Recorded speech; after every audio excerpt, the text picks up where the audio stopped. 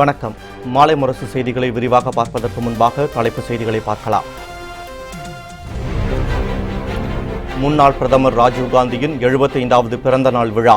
நினைவிடத்தில் சோனியா காந்தி, ராகுல் காந்தி, காங்கிரஸ் மூத்த தலைவர்கள் அஞ்சலி.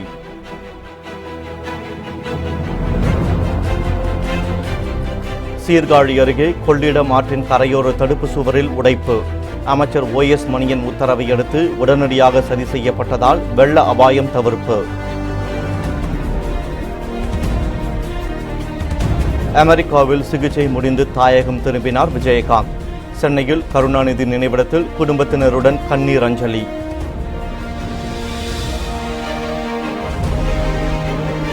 மக்கள் நீதி மய்யம் கட்சியின் புதிய பொறுப்பாளர்கள் பட்டியல் வெளியீடு. நாகை, மதுரை, சேலம் உள்பட 7 மாவட்டங்களுக்கு நிர்வாகிகள் நியமனம். கனமழையால் உருக்குலைந்த கேரளாவில் சீரமைப்பு பணிகள் தீவிரம். பொதுமக்கள் வசதிக்காக சிறப்பு ரயில்கள் இயக்கம், விமான சேவை தொடக்கம். இனி விரிவான செய்திகளை பார்க்கலாம். ராஜீவ்காந்தியின் பிறந்த நாளையொட்டி டெல்லியில் உள்ள அவரது நினைவிடத்தில் காங்கிரஸ் தலைவர் ராகுல் காந்தி உள்பட மூத்த தலைவர்கள், தொண்டர்கள், பொதுமக்கள் அஞ்சலி செலுத்தினர்.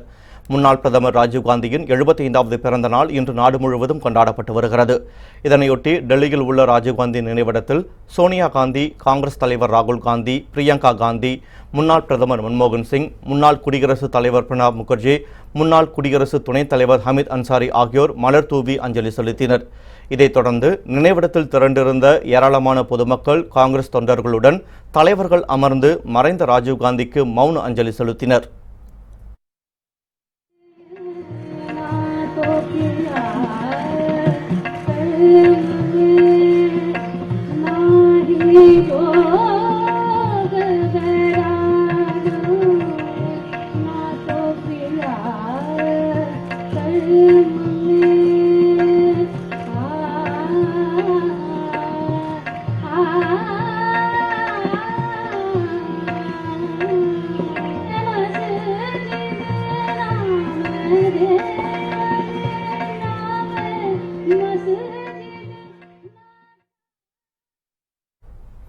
சீர்காழி அருகே கொள்ளிடம் ஆற்றின் கரையில் ஏற்பட்ட உடைப்பு உடனடியாக சரி செய்யப்பட்டதால் 20க்கும் மேற்பட்ட கிராமங்கள் வெள்ள அபாயத்தில் இருந்து தப்பின.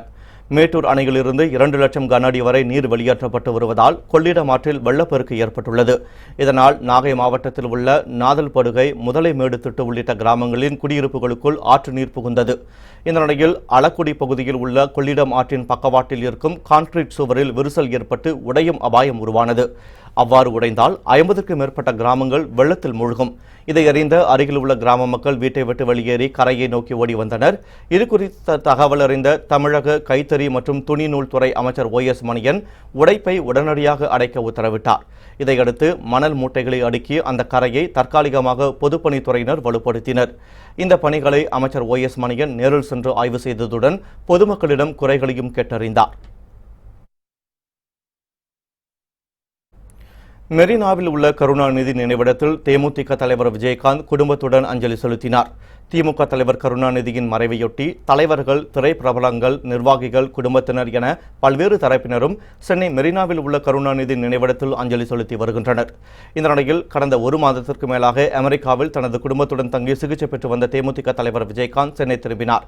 இதையடுத்து நள்ளிரவில் கருணாநிதியின் நினைவிடம் சென்று தனது மனைவி பிரேமலதாவுடன் கருணாநிதிக்கு அவர் அஞ்சலி செலுத்தினார்.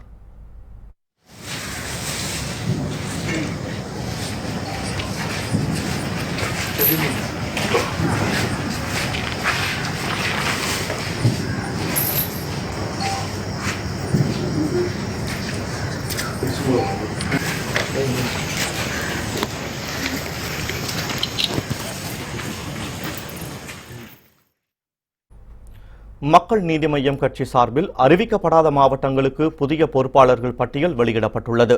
மக்கள் நீதி மய்யம் கட்சியின் சார்பில் கடந்த ஜூலை மாதம் 12ஆம் தேதி மாவட்ட பொறுப்பாளர்களின் பெயர் பட்டியல் வெளியிடப்பட்டது.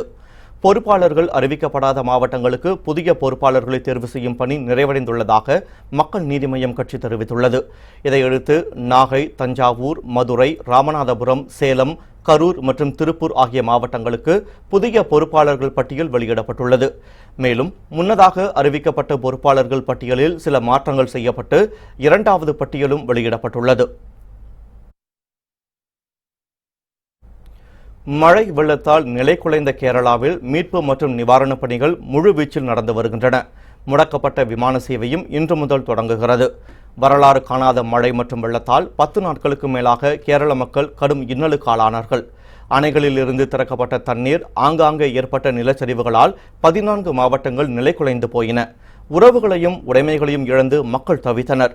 மழை வெள்ளத்தில் பலர் மாயமாகி இருப்பதால் பலி எண்ணிக்கை உயரும் என அஞ்சப்படுகிறது. மாநிலம் முழுவதும் நோய் தடுப்பு மற்றும் சிகிச்சை பணிகளுக்கு மத்திய சுகாதாரத்துறை அமைச்சகம் சார்பில் 3757 மருத்துவ முகாம்கள் நிறுவப்பட்டுள்ளன. இந்த நிலையில் கேரளாவில் மழையின் தீவிரம் குறைந்ததை அடுத்து அனைத்து மாவட்டங்களிலும் ரெட் அலர்ட் எச்சரிக்கை திரும்ப பெறப்பட்டுள்ளது. இதையடுத்து எர்ணாகுளம், கோட்டயம், திருச்சூர், பாலக்காடு, கோழிக்கோடு, கண்ணூர், திருவனந்தபுரம் பகுதிகளுக்கு பேருந்து சேவைகள் தொடங்கப்பட்டுள்ளன. கொச்சி கப்பல் படை விமான தளத்திலிருந்து பயணிகள் விமான சேவை இன்று முதல் தொடங்குகிறது. மாநிலத்தில் இயல்பு நிலை திரும்பி வருவதை அடுத்து மக்கள் மகிழ்ச்சி அடைந்துள்ளனர். மழை வெள்ளத்தால் பாதிக்கப்பட்ட கேரள மக்களுக்கு மராட்டிய அரசு மற்றும் தன்னார்வ தொண்டு நிறுவனங்கள் வழங்கிய நிவாரணப் பொருட்கள் கப்பல் மூலம் அனுப்பப்பட்டுள்ளது. இதேபோன்று நியூ மங்களூரு துறைமுகத்திலிருந்து மற்றொரு கப்பலும் விசாகப்பட்டினம் மற்றும் சென்னை வழியாக கடலோர காவல் படை விமானமும் கேரளாவுக்கு விரைந்துள்ளது. இந்த பொருட்கள் பாதிக்கப்பட்ட மக்களுக்கு தொடர்ந்து விநியோகிக்கப்பட்டு வருகிறது.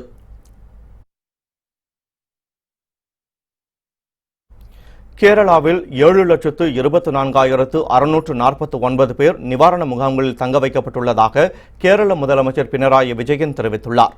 100 ஆண்டுகளில் காணாத கனமழை மற்றும் வெள்ளத்தை கேரள மாநிலம் சந்தித்தது. நிலச்சரிவு மற்றும் வெள்ளத்தால் பாதிக்கப்பட்டவர்கள் நிவாரண முகாம்களில் தங்க வைக்கப்பட்டு உணவுப் பொருட்கள் வழங்கப்பட்டு வருகின்றன.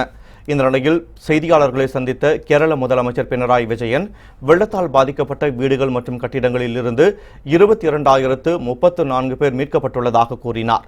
வீடுகளை இழந்து வாடுபவர்களுக்கு உரிய இழப்பீடுகள் வழங்கப்படும் என்றும் அவர் உறுதியளித்தார்.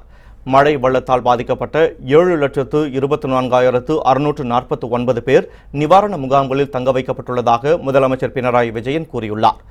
மக்களின் இயல்பு வாழ்க்கைக்கு திரும்புவதற்கு திட்டங்கள் தீட்டப்பட்டு வருவதாகவும் அவர் கூறினார். ஊழல் செய்வதற்காகவே குடிமராமத்து திட்டம் தொடங்கப்பட்டுள்ளதாக அம்மா மக்கள் முன்னேற்றக் கழக துணை பொதுச் செயலாளர் டிடிவி தினகரன் குற்றம் சாட்டியுள்ளார். வேலூரில் நடைபெற்ற அம்மா மக்கள் முன்னேற்றக் கழகத்தின் நலத்திட்ட உதவிகள் வழங்கும் விழாவில் கலந்து கொண்டு பேசிய அவர், ஜெயலலிதா முதல்வராக இருந்தபோது எதிர்த்த திட்டங்களை எல்லாம் தற்போது எடப்பாடி அரசு கதவி திறந்துவிட்டு செயல்படுத்தி வருவதாக கூறினார். திருவாரூரில் இடைத்தேர்தல் வந்தால் அம்மா மக்கள் முன்னேற்றக் கழகம் அமோக வெற்றி பெறும் என நம்பிக்கை தெரிவித்த தினகரன், தமிழக மக்களின் வரிப்பணம் சுரண்டப்படுவதாகவும் விவசாயிகள் பாதிக்கப்படுவதாகவும் இதனை கண்டித்து விரைவில் போராட்டம் நடத்தப்படும் என்றும் தெரிவித்தார். மக்கள் விரும்பாத எந்த ஒரு திட்டத்தையும் அம்மா அவர்கள் ஆட்சியில் இருந்தவரை, அம்மா அவர்கள் உயிரோடு இருந்தவரை தமிழ்நாட்டிலே அனுமதிக்கவில்லை. ஆனால் இன்றைக்கு ஆட்சியிலே இருக்கின்ற எடப்பாடி பழனிசாமி இன்றைக்கு எந்த திட்டத்தை எல்லாம் அம்மா தடை செய்தார்களோ அந்த திட்டத்தை எல்லாம் தமிழகத்திலே அவர்கள் கதவை திறந்து விட்டிருக்கிறார்கள். கருணாநிதி ஏற்கனவே 2 முறை வெற்றி பெற்ற தொகுதியாயிற்றே என்றெல்லாம் நினைக்கலாம். அது கருணாநிதி நின்ற வரைதான் அது அவரது சொந்த ஊர். அது உங்கள் வீட்டு பிள்ளையாகிய எனக்கும் அதுதான் சொந்த ஊர்.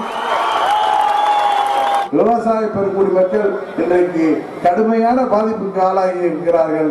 அதை எதிர்த்து அம்மா மக்கள் முன்னேற்ற கழகம் அங்கே தூர்வாராததை கண்டித்து நிச்சயம் மீண்டும் போராட்டம் அங்கே நடத்த இருக்கிறது என்பதை இந்த நேரத்தில் நான் கூறிக்கொள்கிறேன். டெல்டா பாசனத்திற்கு தண்ணீர் வந்து சேராத நிலையில் 110 TMC தண்ணீர் வீணாக கடலில் கலப்பதாக பாமக இளைஞரணி தலைவர் அன்புமணி ராமதாஸ் வேதனை தெரிவித்துள்ளார். நாகை மாவட்டம் சீர்காழி அருகே கொள்ளிடமாறு கடலில் கலக்கும் பழையாறு முகத்வாரத்தை அன்புமணி ராமதாஸ் பார்வையிட்டார். பின்னர் செய்தியாளர்களிடம் பேசிய அவர், குறிப்பிட்ட காலத்தில் கடைமடை பகுதிகளுக்கு தண்ணீர் வரவில்லை என்றால் அரசை கண்டித்து பாமக சார்பில் மிகப்பெரிய போராட்டம் நடத்தப்படும் என்று எச்சரித்தார். கொள்ளிடம் ஆற்றின் குறுக்கே 10 தடுப்பணைகளை கட்ட வேண்டும் என்று கேட்டுக்கொண்ட அவர், டெல்டா மாவட்டங்களை பெட்ரோ கெமிக்கல் மண்டலமாக மாற்ற வேண்டும் என்பதற்காக தமிழக அரசு பாசனத்திற்கு தண்ணீர் திறந்துவிடாமல் இருப்பதாக குற்றம் சாட்டினார்.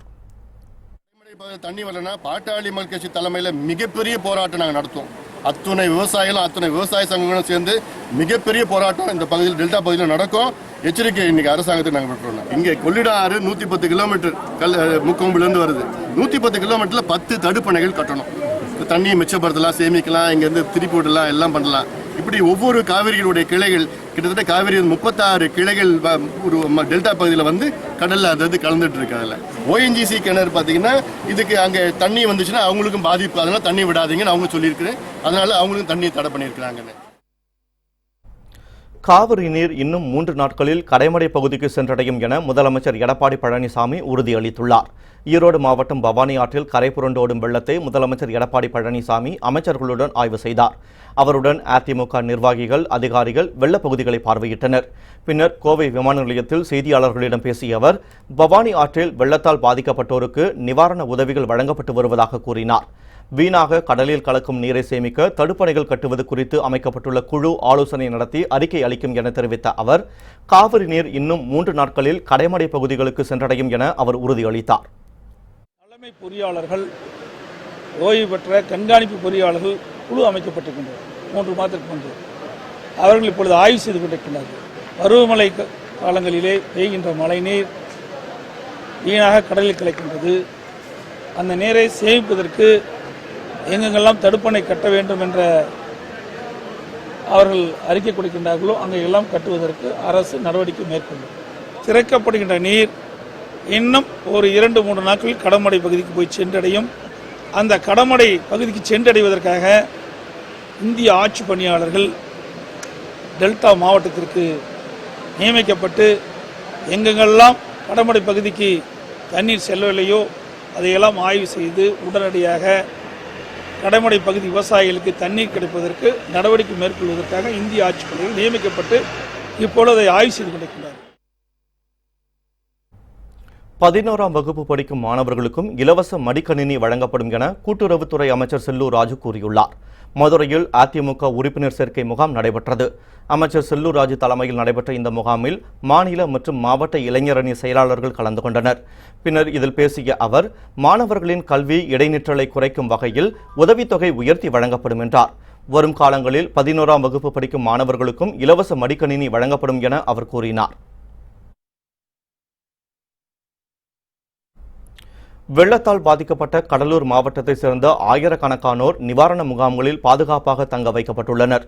கொள்ளிடம் ஆற்றில் கரை புரண்டோடும் வெள்ளத்தால் திட்டுக்காட்டூர், அக்கரை, ஜெயங்கொண்டப்பட்டினம், கீழகுண்டலப்பாடி, மடத்தான் தோப்பு உள்ளிட்ட கிராமங்கள் கடுமையாக பாதிக்கப்பட்டுள்ளன. இதனால் அந்த பகுதிகளில் வசித்து வந்த பொதுமக்கள் பத்திரமாக மீட்கப்பட்டு நிவாரண முகாம்களில் தங்க வைக்கப்பட்டுள்ளனர். அங்கு அவர்களுக்கு தேவையான உணவு வழங்கப்பட்டு வருகிறது. இந்நிலையில் முகாம்களில் தங்கியிருக்கும் பொதுமக்களை கடலூர் நாடாளுமன்ற உறுப்பினர் அருண்மொழி தேவன் நேரில் சந்தித்து தேவைகள் குறித்து கேட்டறிந்தார். பின்னர் செய்தியாளர்களிடம் பேசிய அவர், முதலமைச்சர் எடப்பாடி பழனிசாமியின் உத்தரவின்படி மீட்பு பணிகள் நடைபெற்று வருவதாக கூறினார். 11 கிராமங்கள் முழு அளவிலே நீரினால் சூழப்பட்டிருக்கிறது. மாண்புமிகு தமிழக முதல்வர் எடப்பாடியார் அவர்களுடைய உத்தரவின்படி பாதிக்கப்பட்டிருக்கிற நீரினால் சூழப்பட்டிருக்கிற பொதுமக்களை முகாம்களுக்கு அழைத்து வந்து படகு மூலம் வேன் மூலம் அழைத்து வந்து கிட்டத்தட்ட 11 இடங்களில் அவர்கள் 3500க்கும் அதிகமான பொதுமக்கள் தங்க வைக்கப்பட்டு அவர்களுக்கு உணவு மற்றும் மருத்துவ வசதிகள் செய்யப்பட்டு வைகை அணையிலிருந்து 3100 கன அடி நீர் திறக்கப்பட்டுள்ளதால் 5 மாவட்ட கரையோர மக்களுக்கு வெள்ள அபாய எச்சரிக்கை விடுக்கப்பட்டுள்ளது. காவிரியில் அதிக அளவில் தண்ணீர் வெளியேறப்பட்டு வருவதால் 71 அடி நீர்மட்டம் கொண்ட வைகை அணைக்கு வரும் நீரின் அளவும் அதிகரித்துள்ளது. வினாடிக்கு 3695 கன அடி நீர் வந்து கொண்டிருப்பதால் அணையின் நீர்மட்டம் தற்போது 69 அடியை எட்டியுள்ளது. இதையடுத்து அணையிலிருந்து 3100 கன அடி நீர் திறக்கப்பட்டுள்ளது. இந்த நிலையில் பாசன வசதிக்காக இன்று முதல் 120 நாட்களுக்கு தண்ணீர் திறக்க முதலமைச்சர் எடப்பாடி பழனிசாமி உத்தரவிட்டுள்ளார். இதனால் மதுரை, தேனி, திண்டுக்கல், ராமநாதபுரம், சிவகங்கை உள்ளிட்ட மாவட்டங்களில் உள்ள கரையோர மக்களுக்கு 3ஆம் கட்ட வெள்ள அபாய எச்சரிக்கை விடுக்கப்பட்டுள்ளது. கரையோர பகுதிகளில் வசிக்கும் மக்கள் பாதுகாப்பான இடங்களுக்கு செல்ல வேண்டும் எனவும், மக்கள் யாரும் ஆற்றை கடக்கவோ குளிக்கவோ வேண்டாம் எனவும் மாவட்ட நிர்வாகம் ஏற்கனவே அறிவுறுத்தியுள்ளது குறிப்பிடத்தக்கது.